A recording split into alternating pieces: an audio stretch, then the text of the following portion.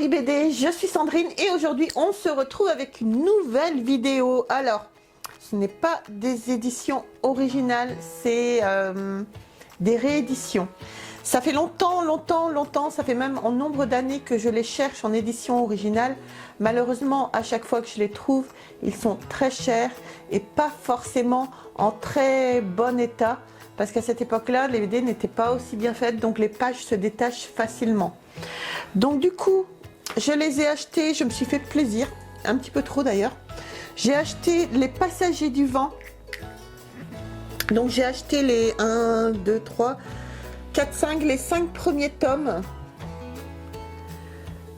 des Passagers du Vent. C'est une collection en fait que... c'est un souvenir d'enfance, c'est plus sentimental, mais j'aime beaucoup l'histoire. En fait, Les Passagers du Vent, quand j'étais chez mes parents, quand j'étais petite, mes parents prenaient le télégramme tous les jours. Et donc du coup, c'est une histoire que je lisais et que je suivais dans le télégramme. Donc j'ai toujours rêvé de les avoir, mais malheureusement en édition originale, c'est très compliqué de les trouver.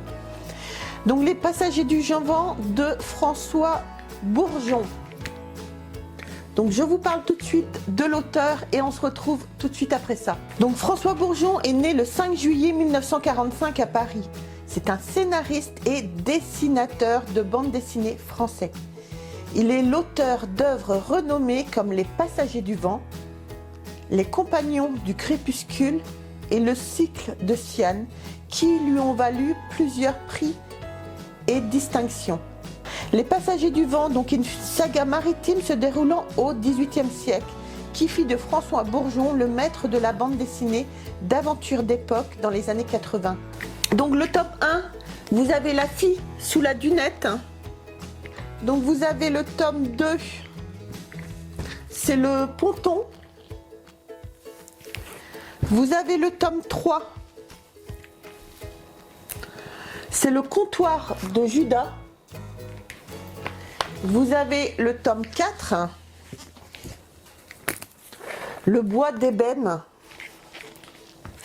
Et vous avez le tome 5, L'heure du serpent. Donc pour l'instant, moi je me suis pris dans cette collection uniquement les 5 premiers tomes. Franchement, je me suis fait vraiment plaisir, quoi. Donc Les Passagers du Vent, La fille sous la dunette de chez Delcourt. Je vais vous donner quand même à la fin de la vidéo les cotes pour Les Passagers du Vent en édition originale, comme ça vous pourrez quand même vous faire une petite idée. Mais voilà, moi c'est un choix que j'ai fait. Normalement on fait que les éditions originales, mais c'est vraiment un choix que j'ai fait parce que j'arrivais vraiment pas à les trouver en bon état. Et ça doit faire, allez, sans mentir, ça doit faire 5 ans, 6 ans, 7 ans que je les cherche patiemment. Et puis l'autre jour on est parti faire les magasins et je les ai vus en réédition et là j'ai craqué en fait. Donc les éditions originales, sincèrement je vais arrêter de les chercher. Voilà, je préfère les avoir en très bon état et prendre du plaisir à les lire. Donc voilà, donc chez Delcourt, franchement, très jolie couverture, rien à redire, les couvertures sont vraiment superbes. Le papier est mat, comme nous on aime, il n'est pas brillant. C'est vraiment le même papier que les originaux en fait, quoi. Et voilà, moi j'ai toujours adoré cette bande dessinée. De toute façon, tout de suite, je vais vous parler de l'histoire du tome 1. Et puis on se retrouve tout de suite après. Le foudroyant vient de quitter Brest et déjà un homme est à la mer. Le malheureux a eu mal à partir avec un albatros. L'oiseau a eu le dernier mot. De la chaloupe mise à l'eau pour le secours, un marin croit apercevoir sur la dunette les silhouettes de 2 demoiselles. L'arrière est une zone interdite à l'équipage. On dit que le commandant a réquisitionné la chambre du second pour son usage personnel. En dépit du danger, Marie-Oël Tragan, breton de son état, brûle de savoir. La nuit venue, le marin s'aventure jusqu'aux fenêtres arrière du navire et confirme ses soupçons. Le foudroyant emmène 2 femmes à son bord. Mais avant d'avoir pu regagner le ponton, l'imprudent est pris. Pour sa présence injustifiable en ces quartiers réservés aux officiers, Tragan risque sa vie. En attendant, il est mis au fer. On vient le voir, on souhaite savoir ce qu'il a vraiment vu. C'est en fait l'une des deux jeunes femmes habillées en homme qui est venue le visiter. Tragan n'est pas dupe et démasque la belle inconnue, récoltant au passage une balafre au visage.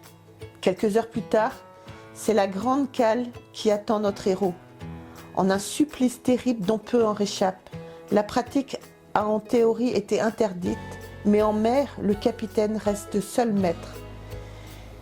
Et Benoît de Roseland n'est pas homme facile. Donc voilà pour le tome 1, Les Passagers du Vent, la fille sous la dunette. Alors si jamais la vidéo vous plaît, je me ferai un plaisir de vous présenter les autres tomes. Parce que moi c'est une histoire que j'adore, certes. Les dessins sont pas, on va pas dire vieillots, mais les dessins sont d'époque. Mais voilà, moi j'adore ces dessins-là, j'adore l'histoire. C'est vraiment une superbe histoire pour moi.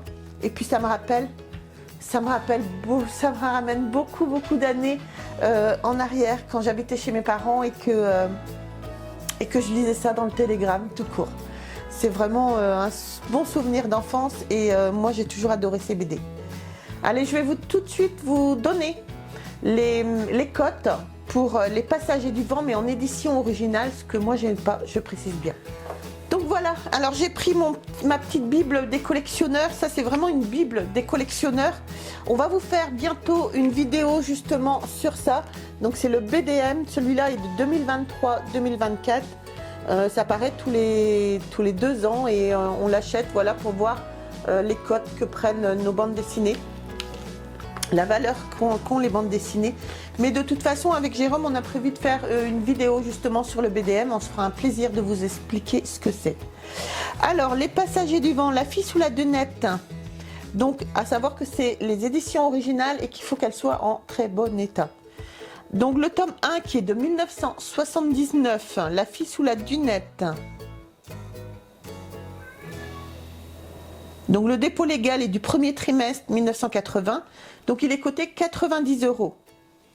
Vous avez le tome 2 qui est de 1980, donc le ponton, le dépôt légal est du 4e trimestre 1980,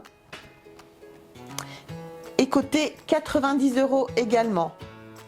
Vous avez le tome 3, le comptoir de Judas, donc qui est de 1981, le dépôt légal est du 2e trimestre 1981, il est coté 50 €.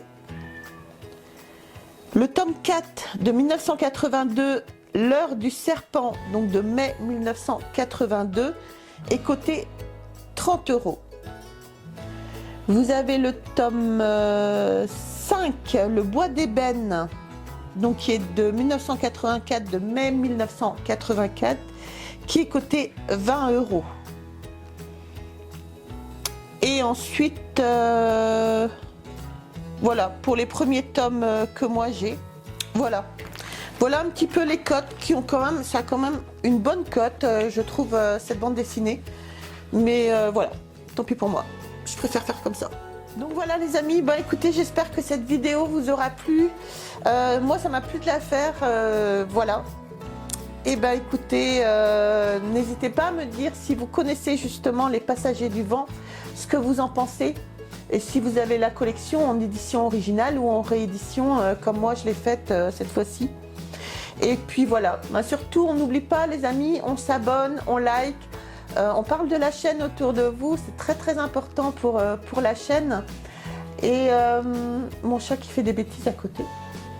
Oh m'allez. Donc c'est très important pour la chaîne que vous en parliez autour. Le nombre d'abonnés grimpe, je vous en remercie tous de vous être abonnés à la chaîne. Merci 1000 fois. On se retrouve très vite pour une prochaine vidéo. En attendant, vous pouvez nous rejoindre sur les réseaux sociaux. Normalement, les liens sont dans la description. Et sur ce, je vous embrasse très fort et on se retrouve très vite pour une prochaine vidéo. Bye!